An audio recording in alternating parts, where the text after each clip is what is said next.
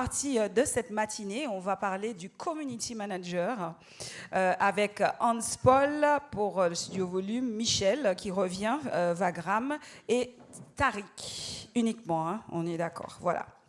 Quand je dis Community Manager, ça parle à quelqu'un ici? Ouais? Jean-Michel, pas de Community Manager? Je sais qu'Izzy a un Community Manager, obligé. Ouais, tu es un Community Manager, Jean-Michel? Oh, c'est pas vrai. Ah, non, mais est-ce que c'est vous qui faites ou est-ce que vous avez délégué? C'est ça ma question. Toi, tu... Moi, j'ai délégué. Ok, super, très bien. Mais en tout cas, quand je dis Community Manager, ça parle à tout le monde. Hein, c'est pas un gros mot. Super. Ok, alors... nous allons attaquer direct avec Studio Volume, hein, parce qu'il me semble quand même que c'est votre spécialité, les réseaux sociaux, donc une agence de communication, il nous l'a dit tout à l'heure, spécialisée dans les réseaux sociaux, mais pour le monde musical. Alors justement, hein, je posais la question comme ça, on a Jean-Michel d'un côté qui délègue, et puis on a d'autres qui font encore eux-mêmes. Alors, qu'est-ce qui est le plus intéressant? On fait tout soi-même ou on délègue? Je pense que ça dépend vraiment de l'ampleur du projet. Ouais. Quand on démarre, évidemment, on est obligé de faire beaucoup de choses tout seul. Question Et de budget. ce sera même une bonne chose. Je pense que c'est une bonne chose d'être en contact avec sa communauté, d'avoir des réactions, d'interagir avec les gens. Je pense que ça permet aussi de comprendre un peu ce qu'attendent les gens de notre communication. Après, comment dire, on peut aussi déléguer son community management.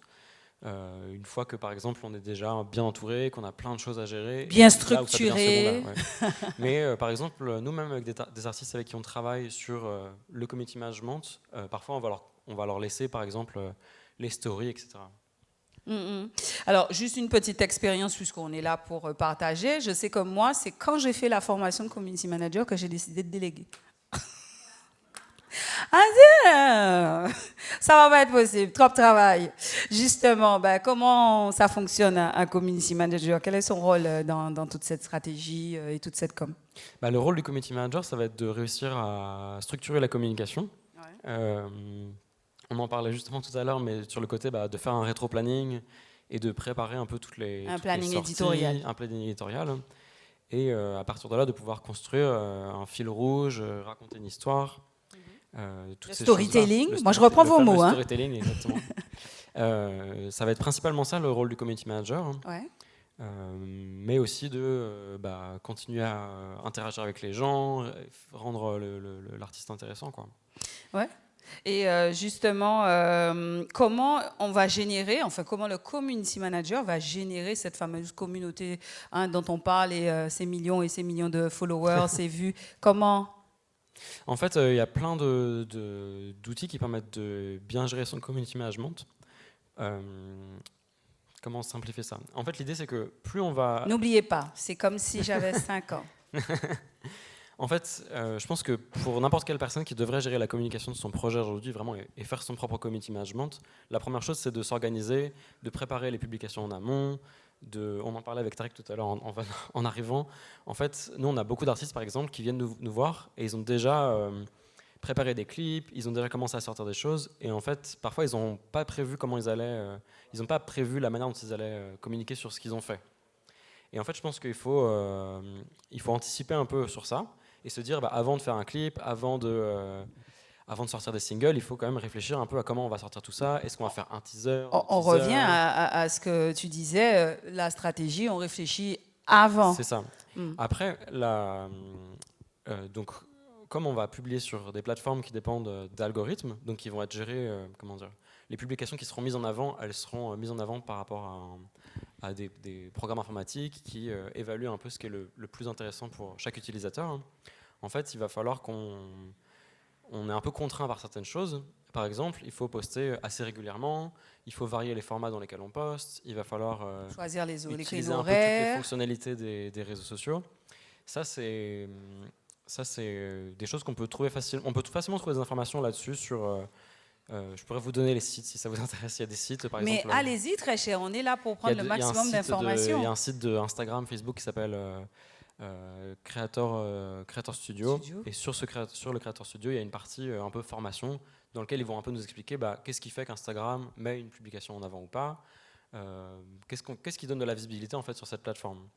En dehors du contenu qu'on va mettre, parce que le contenu qu'on va publier, il est très important. Il faut qu'on s'adresse à notre audience de la bonne manière. Il faut trouver un ton. Il y a une partie plus algorithmique entre guillemets de bien choisir ce qu'on fait. Mais comme tout ça, ça paraît un peu complexe, Barbare. il y a plein de choses à gérer en même temps. C'est pour ça que je reviens sur ça. Il faut s'organiser en fait. Parce que nous, par exemple, on gère dans l'agence peut-être 35 artistes slash festivals en même temps. Et il y a beaucoup de pages pour lesquelles on publie tous les jours, des stories, des posts.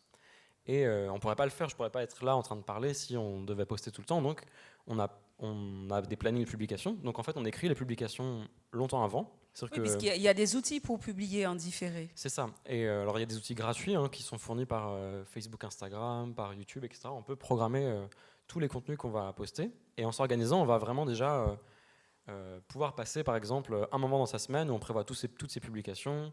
On va écrire tout en avance, on va tout programmer. Et du coup, on y passe moins de temps en fait, au quotidien, quoi. Et je pense que ça, c'est intéressant pour des artistes. Je pense qu'il y a une vraie contrainte de charge mentale, exactement. Ça prend un peu la tête de devoir penser à ça, devoir réfléchir à sa communication au quotidien. Et donc, l'anticiper, le formaliser sur un planning avant de publication, même si au début, ça peut paraître contre-intuitif parce que formaliser ces choses-là, c'est pas forcément évident, mais ça va entraîner beaucoup de choses. Et je pense que la première étape, c'est vraiment ça. C'est commencer par faire un planning. Je peux vous fournir des templates de planning pour Excel ou pour d'autres logiciels si vous le souhaitez. Et c'est vraiment, pour moi, la première étape, faire son rétro-planning dans un Google Sheet, par exemple, sur Google Drive. Et ensuite, commencer à construire les publications à partir de ça, commencer à voir de quel contenu on va avoir besoin pour sa communication. Et ça va déclencher plein de choses. Donc ce travail, alors du coup, donc soit on ne délègue pas en fonction, on a dit, du niveau du projet, planifier, donc structurer. Ouais. En fait, l'idée, c'est ne pas être la tête dans le guidon. Il faut vraiment prendre du recul, oui, c'est ça. Et s'organiser au mieux, autant que faire se peut, parce que c'est pas toujours évident dans la vie de l'artiste. Non, c'est sûr. Et je pense que Tariq avait dit tout à l'heure aussi quelque chose d'intéressant. C'est vrai que pour beaucoup d'artistes, c'est plus simple de simplement documenter.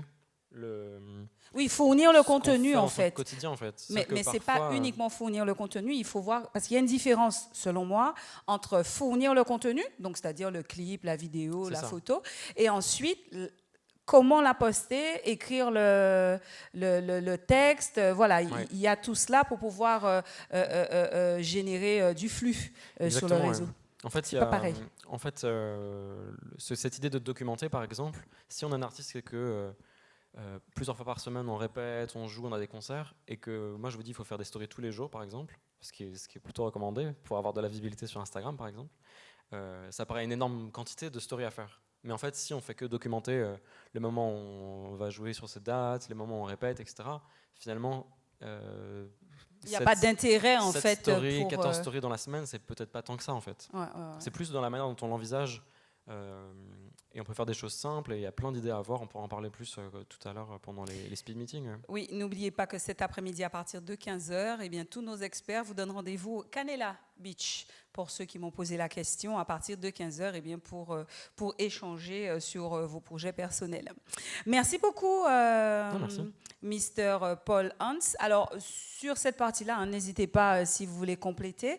On va passer à côté avec Tariq. Et là, c'est la casquette My Mentor. Excusez-moi pour la prononciation.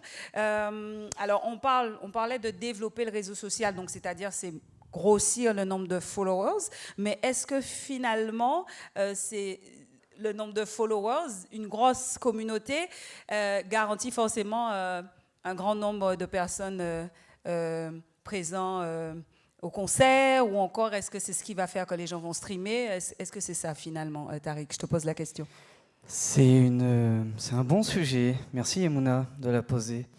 Effectivement, il y a deux écoles. Il y a l'école de ceux qui pensent que plus on atteint de monde et plus on a de chances de développer sa carrière. Et puis il y a l'autre école, celle que je prêche un peu plus, qui est de se dire que finalement, avoir beaucoup d'abonnés, beaucoup de followers, c'est beaucoup de problèmes Il faut savoir que le ventre mou de la France est dans les commentaires des gens qui te suivent sans vraiment savoir ce qu'ils font avec toi.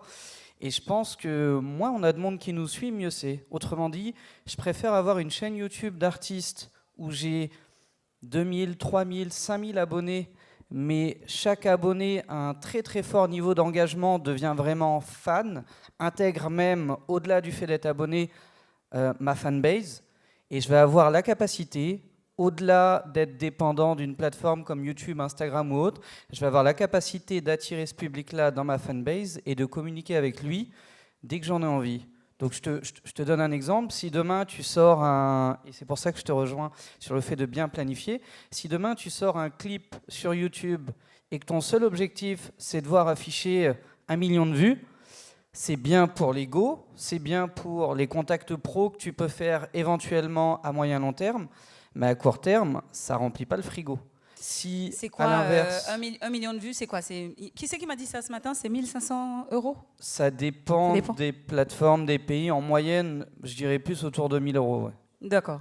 C'est pas- Pour 1 million quand même, vaut mieux vendre... ouais, c'est ça exactement. Donc des fois, il vaut mieux faire seulement, et encore c'est relatif, mais 50 000 ou 100 000 vues, mais sur 50 000 personnes qui te voient, il y en a peut-être 10 000 qui font un pas vers toi, et sur les 10 000, tu en as peut-être 500, 700, 1000 qui vont acheter un produit chez toi. Ça peut être une place de concert, un album, un EP, un produit dérivé, exactement. Alors justement, on va préciser cela, la différence entre un followers, ce que moi j'appelle un suiveur en créole, et un fan, celui qui est dans la fanbase. Hein, quelle est la différence entre les deux, qu'on se comprenne bien? Bah, le fan, c'est un humain, pour revenir à ce que je disais un peu plus tôt, c'est un humain qui est engagé à en recevoir davantage. Autrement dit, si demain, je ne sais pas, moi, il y a un artiste qui vient de faire un concert et qui fait un appel à l'action sur son live en me disant l'album arrive dans 6 mois ou dans 3 mois, tu prends l'exemple de Easy Kananga, je suis un grand fan, il te dit l'album va arriver. Si jamais tu veux être informé, sors ton tel, récupère le flashcode, etc., je vais m'inscrire dessus. Je vais lui donner mon numéro de téléphone, mon adresse, mon prénom. J'ai envie d'avoir l'information. Je sais que je vais aller plus loin. Ça, c'est un fan. Et ça, c'est très intéressant à court, moyen et long terme. Un follower, c'est quelqu'un qui va être apparenté à un visiteur, en fait. Voilà, je sais pas, je vais aller regarder un de ses clips, je l'ai vu, sur le moment j'ai peut-être apprécié en plus, et je suis juste reparti. Et je vais regarder une série Netflix, je vais aller jouer au foot, je vais faire ma vie. Et finalement, quand il va vouloir solliciter une action de ma part quand l'album va sortir, je ne serai plus à sa portée. Alors qu'un fan est à ta portée. Là, si je t'envoie un SMS, tu vas avoir l'info, l'album est sorti, clique ici, va l'écouter, etc. Bah, justement, comment la développer la fanbase et comment fidéliser cette fanbase? C'est tout le travail c'est ce que vous faites du développement à de stratégie marketing. My Mentors? C'est qu'il faut chercher, identifier des angles d'attaque et développer des stratégies, non plus de développement de visibilité, mais d'acquisition. Alors pour traduire dans un langage plus simple, au lieu de se dire je balance mon clip et j'attends de voir ce qui se passe, je vais travailler sur une stratégie de contenu qui vise à attirer ma cible. Je te donne un exemple. Merci. Si tu aimes bien, je sais pas moi, si tu aimes bien la nourriture créole par exemple, et que je sais que dans ma cible, dans mes fans, 70% des gens regardent des vidéos ou des recettes sur YouTube, Google, etc. Je vais essayer de trouver une idée de concept qui va me permettre de greffer ma musique à des mots-clés, à un champ sémantique lié à la culture, lié à la cuisine, par exemple, créole. Et à titre d'exemple, je pourrais très bien, moi dans mon cas, je fais de l'accompagnement pour les artistes, je pourrais très bien inviter un artiste créole autour d'un plat. Et le fait de référencer ce contenu-là sur des mots-clés liés à ça va attirer pile la bonne cible tout en me permettant de greffer ma musique. En fait, le mot-clé, c'est créer un contexte. Tu vois, on en parlait sur d'autres formes de contenu. Si tu fais de la musique dansante, c'est intéressant de greffer des chorégraphies et des contenus de danse, des challenges liés à la danse sur une sortie single. Tu crées un contexte favorable à la diffusion de ta musique. Donc tout est une question d'angle d'attaque. Très bien. Alors, du coup, on est d'accord ou pas qu'il faut les deux ou qu'il faut, en fonction de la stratégie des fans et plus de followers, toi, tu es plutôt de l'autre école. On a Alors, surtout une fanbase qu'on développe, qu'on fidélise, et on verra un peu, parce que du coup, l'idée, En fait, c'est pas tant le temps, c'est mais c'est lié. comment transformer, en fait. C'est peut-être ça, en fait, l'enjeu. C'est comment transformer ces followers en fanbase. Eh ben, on va parler à un enfant de 5 ans. Tu ouvres une boutique de bonbons, d'accord? Ce qu'on va appeler les viewers, donc les gens qui voient les contenus, etc., c'est les gens qui marchent dans la rue devant la boutique. Ceux-là, ils passent devant, ils la voient. Je peux te garantir que si tu es avec un enfant, tu as une boutique de bonbons, il la voit de l'extérieur, il sait qu'elle est là. Ce qui fait qu'il va s'arrêter, c'est la friandise que tu vas agiter devant lui. C'est que si tu mets un clown ou un Mickey ou ce que tu veux devant la boutique avec une table et viens goûter mes bonbons, ou des ballons ou des choses comme ça, tu peux être certain que les enfants vont s'arrêter. Ça, c'est la première étape. On capte l'attention. La deuxième étape, c'est évidemment de les faire rentrer dans la boutique et consommer. À ce moment-là, une fois qu'ils sont venus, qu'ils ont pris un premier échantillon ou qu'ils se sont laissés attirer par le contenu que tu as mis devant eux, tu vas faire un appel à l'action simple qui va être de dire, c'est un exemple, mais aujourd'hui, vous avez un sachet offert pour un sachet acheté. Donc allez-y, rentrez, allez voir ce qu'il y a. Un autre appel à l'action, ça peut être basé sur la nouveauté. On a une nouvelle série de bonbons de je ne sais pas quoi, vous allez adorer. Rentrez voir si ça peut vous plaire. Une fois qu'ils sont entrés, la bonne étape, ce que toute boutique devrait faire, c'est récupérer immédiatement les coordonnées de la personne. Là, il y a un petit peu d'attente. Je vais garder avec moi 30 secondes. Je vais en profiter pour prendre ton nom, ton truc, ton machin, etc. M'assurer que tu es bien dans le secteur. Tu vas devenir un client régulier, etc. Et ça, encore une fois, tu peux offrir quelque chose pour stimuler l'accès au temps de la personne. Tu prends un fan, je ne sais pas, tu es fan de rap, pour ne citer que cet exemple.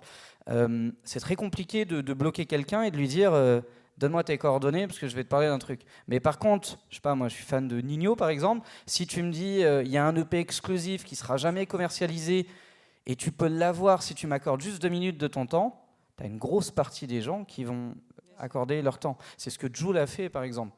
Jul, pendant un certain temps, il sortait un album vendu, un album donné. Mais il ne le donnait pas gracieusement comme ça. Il récupérait de la data, des coordonnées, ce qu'on appelle, ça va être un peu technique, mais du flux retargeting. Ah, c'est un peu dur. Alors, Tariq, il est 12h42. Ouais, tout le monde a faim. Faut pas exagérer. Bon, Alors, allez, explique-nous quand même. Pour simplifier, le flux retargeting, c'est que demain, si tu rentres dans ma boutique, on ne s'est pas parlé et tu repars, je peux ne jamais te revoir. Ce qu'on va appeler le flux retargeting, c'est le fait que, à peine entré dans ma boutique, je vais te poser un petit truc là complètement invisible qu'on appelle le pixel et tu peux repartir.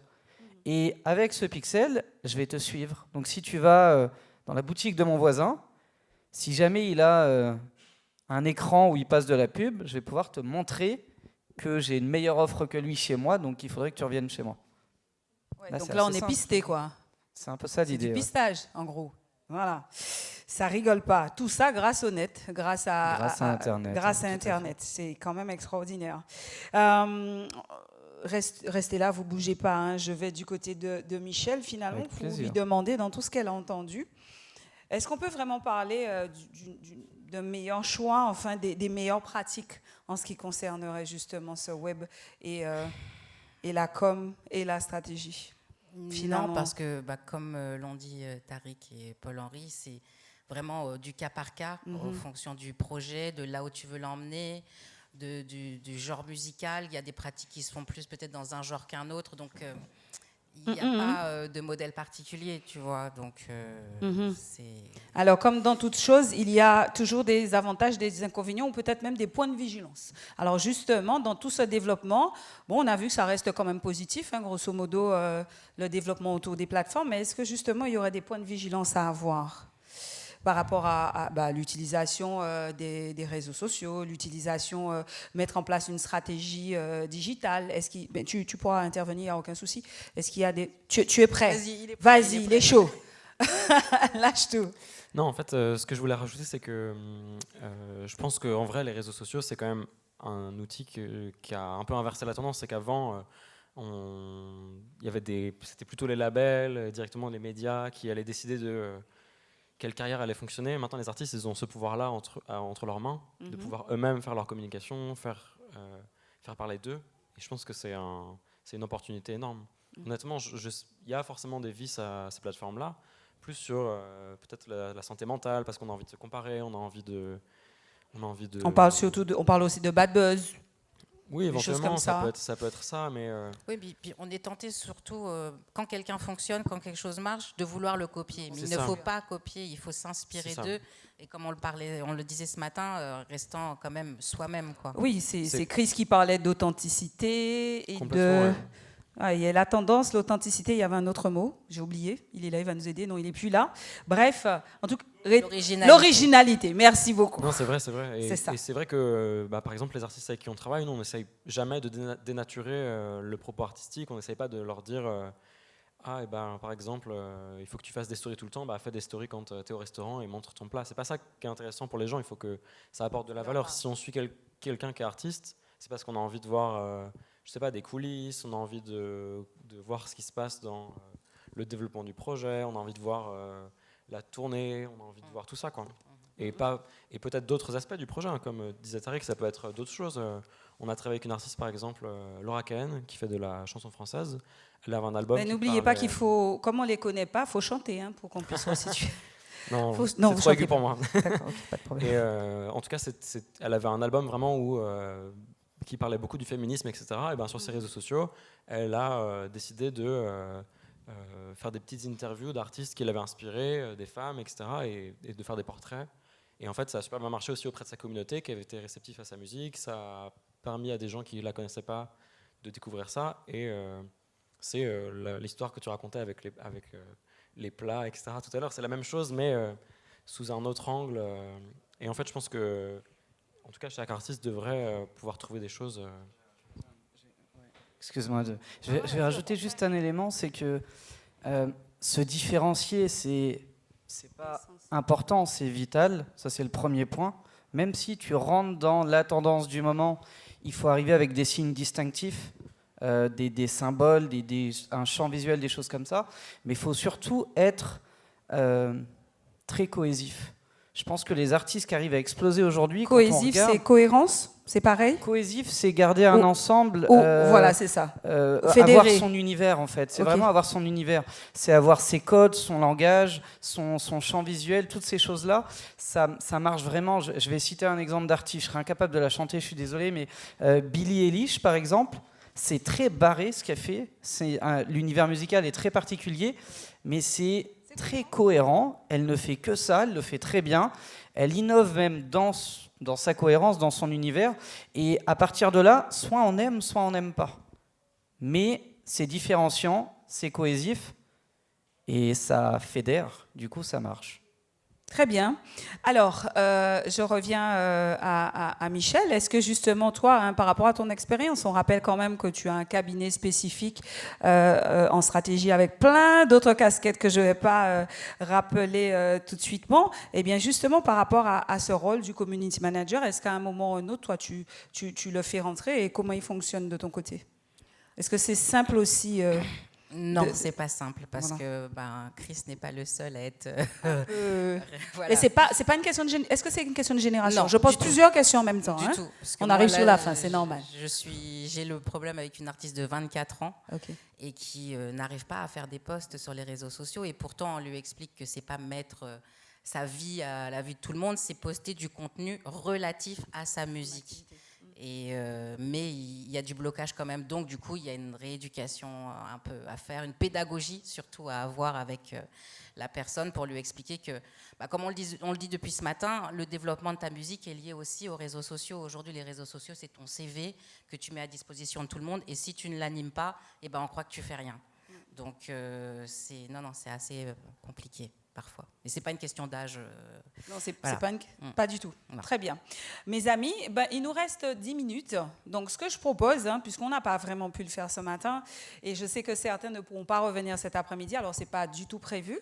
Est-ce que vous accepterez peut-être de faire un petit retour à la salle s'il y a peut-être une ou deux questions, mais de manière globale, parce que cet après-midi, on va pouvoir échanger en particulier sur vos projets personnels, mais s'il y a un retour à faire actuellement dans la salle, on a encore 5-10 minutes. minutes. Je sais que Loïc, toi aussi, si tu as envie de compléter, ou quels que soient les intervenants, il n'y a aucun souci. Allez, là, la parole se libère pendant 10 minutes. Et après, on arrête.